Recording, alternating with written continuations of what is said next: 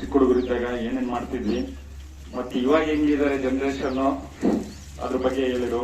ಮತ್ತೆ ಹುಣಸೆದು ನಾವು ಕಣ್ಣಂಗೆ ಅನುಭವ ಹೆಂಗಂತಂದ್ರೆ ಈ ಮುಂಗಾರು ಹಂಗಾಮಗಳಲ್ಲಿ ನಮ್ಗೆ ಸರಿಯಾಗಿ ಮಳೆ ಆಗ್ತಿರ್ಲಿಲ್ಲ ಮೊದ್ಲೆಲ್ಲ.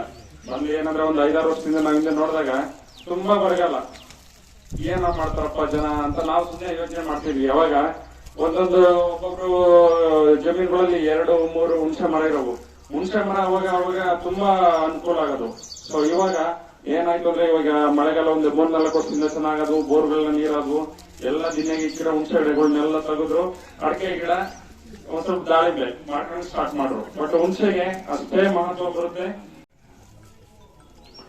ಒಂದು ಕೃಷಿ ಎಲ್ಲ ಕೃಷಿಕರ ಆಲೋಚನೆಗಳು ಕೂಡ ಆರ್ಥಿಕತೆಯತ್ತ ಅವರ ಆಲೋಚನೆಗಳು ಸಾಗ್ತಾ ಇದೆ. ಆರ್ಥಿಕತೆ ಅನ್ನೋದು ರೈತನ ಬಾಳಿಗೆ ಅಷ್ಟು ಸದೃಢ ಮತ್ತು ಅನಿವಾರ್ಯತೆ ಕೂಡ ಇಂದಿನ ಕಾಲಮಾನದಲ್ಲಿ ಬರ್ತಕ್ಕಂಥ ಖರ್ಚು ವೆಚ್ಚಗಳಲ್ಲಿ ಅವನಿಗೆ ಆರ್ಥಿಕತೆ ಅನ್ನೋದು ಬಹಳ ಮುಖ್ಯ. ಇಂಥ ಒಂದು ಸಂದರ್ಭದಲ್ಲಿ ನಮ್ಮ ಭಾಗದಲ್ಲಿ ಇರ್ತಕ್ಕಂಥ ರೈತರಿಗೆ ಇರ್ತಕ್ಕಂಥ ಆಯ್ಕೆಗಳು ಒಂದು ತೋಟಗಾರಿಕಾ ಬೆಳೆಗಳು, ಅದರಲ್ಲೂ ಬಹಳ ಮುಖ್ಯವಾಗಿ ಈ ಭಾಗದಲ್ಲಿ ಅಳವಡಿಸಿಕೊಂಡಿರ್ತಕ್ಕಂಥದ್ದು ನಮ್ಮ ದಾಳಿಂಬೆ ಬೆಳೆ, ತದನಂತರ ಅಡಿಕೆ, ತದನಂತರ ಪಪ್ಪಾಯ, ಬಾಳೆ, ತೆಂಗು, ಇವು ನಮ್ಮ ರೈತರು ಅಳವಡಿಸಿಕೊಂಡಿರ್ತಕ್ಕಂಥ ಬೆಳೆಗಳು. ಇದರಲ್ಲಿ ಬಹು ಮುಖ್ಯವಾಗಿ ನಾವು ರೈತರು ಏನಾಗಿದ್ದೇವೆ, ನಮ್ಮ ಕೃಷಿ ಭೂಮಿಯ ಫಲವತ್ತತೆಯನ್ನ ಹಾಳು ಮಾಡಿಕೊಳ್ತಾ ಇದ್ದೇವೆ. ಅತಿ ಹೆಚ್ಚು ರಾಸಾಯನಿಕಗಳನ್ನ ಬಳಸೋದ್ರ ಮೂಲಕ. ಹಾಗಾಗಿ ರಮೇಶ್ ಸರ್ ಅವರು ಹೇಳಿದ್ರು, ನಮ್ಮ ಕೃಷಿ ಭೂಮಿಯನ್ನ ಯಾವ ರೀತಿಯಾಗಿ ಫಲವತ್ತತೆಗೊಳಿಸಬೇಕು, ಅದರಲ್ಲಿ ಎರೆಹುಳುವಿನ ರೈತನ ಮಿತ್ರ ಅಂತಕ್ಕಂಥ ಹೆಸರು ತಗೊಂಡಿರ್ತಕ್ಕಂಥ ನಮ್ಮ ಎರೆಹುಳು ನಮ್ಮ ಭೂಮಿನಲ್ಲಿ ಬೆಳೆಸೋದ್ರ ಮೂಲಕ ನಮ್ಮ ಭೂಮಿಯ ಫಲವತ್ತತೆಯನ್ನ ಹೆಚ್ಚಿಸ್ಕೋಬೇಕು. ಆ ಮೂಲಕ ಸಾವಯವ ಗೊಬ್ಬರಗಳನ್ನ ನಮ್ಮ ಭೂಮಿಗೆ ಹಾಕೋದ್ರ ಮೂಲಕ ಬೆಳೆಗಳಿಗೆ ಬರ್ತಕ್ಕಂಥ ರೋಗಗಳು, ಆ ರೋಗಗಳನ್ನ ತಡೆಗಟ್ಟುವಂತ ಶಕ್ತಿಯನ್ನ ಭೂಮಿಗೆ ನಾವು ಕೊಡಬೇಕು ಅನ್ನೋದ್ರ ಅಂತ ಹೇಳಿದಂತ ರಮೇಶ್ ಸರ್ ಅವರು, ನಾನು ಸಾಕಷ್ಟು ಇದೆ.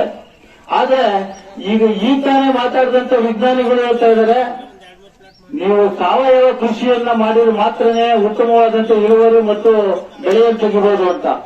ಉತ್ತಮವಾದ ಇಳುವರಿ ಬೆಳೆಯನ್ನು ತೆಗಿಬೇಕು ಅಂತಂದ್ರೆ ಉತ್ಕೃಷ್ಟವಾದಂತ ಸಾವಯವ ಗೊಬ್ಬರ ಬೇಕೇ ಬೇಕು. ಸಾವಯವ ಗೊಬ್ಬರವನ್ನು ಯಾವುದರಿಂದ ಮಾಡಬಹುದು?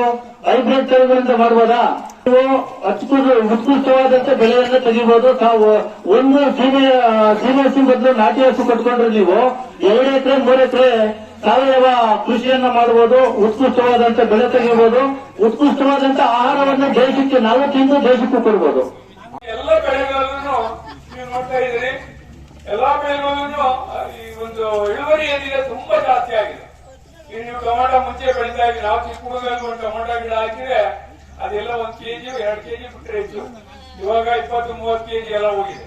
ಅಂದ್ರೆ ಎಲ್ಲರಿಗೂ ನಾವು ಅಭಿವೃದ್ಧಿಯನ್ನ ಖಂಡಿತ ನಮ್ಮ ವಿಜ್ಞಾನಿಗಳ ಸಹಾಯದಿಂದ ನಾವು ರೈತರು ಇವತ್ತು ಅನುಕೂಲಗಳನ್ನ ಪಡ್ಕೊಂಡಿದ್ದೀವಿ. ಆ ನಿಟ್ಟಿನಲ್ಲಿ ಯೋಚನೆ ಮಾಡಿದಾಗ ಬಹಳಷ್ಟು ಅಭಿವೃದ್ಧಿ ಆಗಿದೆ. ಆದ್ರೂ ಸಹ ಇನ್ನೂ ನಮ್ಮ ಆದಾಯ ಯಾಕೆ ಹೆಚ್ಚಿಗೆ ಆಗಿಲ್ಲ ಅಂದ್ರೆ ನಮ್ಮಲ್ಲಿ ಅನೇಕ ಸಮಸ್ಯೆಗಳು. ಆದ್ರೆ ನಮ್ಮ ರೈತ ಸಂಘದವರು ಚೆನ್ನಾಗಿ ಇಲ್ಲಿ ಇತ್ತೀಚಿನ ದಿನಗಳಲ್ಲಿ ಹೋರಾಟ ಮಾಡ್ತಾ ಇದ್ದಾರೆ. ಅವ್ರು ಚೆನ್ನಾಗಿ ಬಂದು ನಮ್ಮ ಲಕ್ಷ್ಮಣ್ ಗೌಡರು ಅಥವಾ ಕೆಂಚಪ್ಪರು ಅದ್ರ ಬಗ್ಗೆ ಹೇಳ್ತಾರೆ. ನಾನು ಹೇಳೋದು ಇಷ್ಟೇ, ಇವತ್ತು ನೀವು ನಾವು ಹಿಂದೆ ಬರೀ ಕೊರಲೆ ಹಾರ್ಕ ಅಥವಾ ಶೇಂಗಾ ಬೆಳೀತಾ ಇದ್ವಿ. ಇವತ್ತೇನಾಗಿದೆ, ಅವೆಲ್ಲ ಹೋಗಿ ಯಾಕೆಂದ್ರೆ ರೈತರು ಸಾಮಾನ್ಯವಾಗಿ ಆರ್ಥಿಕವಾಗಿ ಯಾವ್ದು ಲಾಭ ಇರುತ್ತೆ ಅದ್ರ ಕಡೆ ನಾವು ನೋಡ್ತಾ ಇರ್ತೀವಿ. ಆರ್ಥಿಕವಾಗಿ ಹಿಂದೆ ಅವೆಲ್ಲ ಆರ್ಥಿಕವಾಗಿ ಲಾಭ ಆಗ್ಲಿಲ್ಲ ನಮ್ಗೆ, ಅವೆಲ್ಲ ಬಿಟ್ಬಿಟ್ವಿ. ಈಗ ಬಿಟ್ಟು ನಾವೇನ್ ಮಾಡ್ತಾ ಇದೀವಿ, ಈಗ ನಾವು ಆರ್ಥಿಕವಾಗಿ ಲಾಭ ಆದಂತ ಬೆಳೆಗಳತ್ತ ಗಮನ ಹರಿಸ್ತಾ ಇದೀವಿ. ಆರ್ಥಿಕವಾಗಿ ಯಾವ್ದು ಲಾಭ ಆಗ್ತಾ ಇದೆ, ಇವತ್ತಿನ ದಿನಗಳಲ್ಲಿ ನಮ್ಗೆ ದಾಳಿಂಬೆ ಲಾಭ ಆಗ್ತಾ ಇದೆ, ಅಡಿಕೆ ಲಾಭ ಆಗ್ತಾ ಇದೆ, ಅವುಗಳತ್ತ ಗಮನ ಹರಿಸ್ತಾ ಇದೆ. ಅಡಿಕೆ ಬಗ್ಗೆ ಆಮೇಲೆ ಇತ್ತೀಚಿನ ದಿನಗಳಲ್ಲಿ ಸ್ವಲ್ಪ ನೀರಾವರಿ ನಮ್ಗೆ 4-5 ವರ್ಷದಿಂದ ಸ್ವಲ್ಪ ನೀರು ಬರ್ತಾ ಇದೆ. ಅದನ್ನ ನೀವು ಗಮನಕ್ಕೆ ಯೋಚನೆ ಮಾಡ್ಬೇಕು. ಯಾಕೆಂದ್ರೆ ಮುಂದಿನ ದಿನಗಳಲ್ಲಿ ಹೀಗೆ ನೀರಿರುತ್ತೆ ಅಂತ ನಾವು ಅಂದ್ಕೊಳಕ್ಕಾಗಲ್ಲ. ಯಾಕೆಂದ್ರೆ ನಮ್ಮ ಪ್ರದೇಶ ಒಣ ಪ್ರದೇಶ, ಇಲ್ಲಿ ಬರೀ 40 ಸೆಂಟಿಮೀಟರ್ ಮಳೆ ಬರುತ್ತೆ, ಹೆಚ್ಚಿಗೆ ಮಳೆ ಬರಲ್ಲ. ಸರಾಸರಿ ನಮ್ಮ ದೇಶದ ಏನ್ ಮಳೆ ಬರುತ್ತೆ ಅದಕ್ಕಿಂತ ಬಹಳಷ್ಟು ಕಡಿಮೆ ಇದೆ. ಈ ಒಣ ಪ್ರದೇಶದಲ್ಲಿ ನಾವೇನ್ ಬೆಳೆ ಬೆಳಿಬಹುದು ಅಂತ ಯೋಚನೆ ಮಾಡಿದಾಗ ಅಕ್ಕಿ ಬೆಳಿಬಹುದು ಅಥವಾ ರಾಗಿ ಬೆಳಿಬಹುದು, ಇವೆಲ್ಲ ಹಿಂದೆ ನಮ್ಮ ಪೂರ್ವಿಕರು ಬೆಳೀತಾ ಇದ್ರು. ಜೊತೆಗೆ ಇತ್ತೀಚಿನ ದಿನಗಳಲ್ಲಿ ನಾವು ದಾಳಿಂಬೆ ಖಂಡಿತ ಬೆಳಿಬಹುದು. ಆದ್ರೆ ದಾಳಿಂಬೆಗೆ ಅನೇಕ ರೋಗಗಳು ಇವತ್ತು ನೋಡ್ತಾ ಇದ್ದೀವಿ.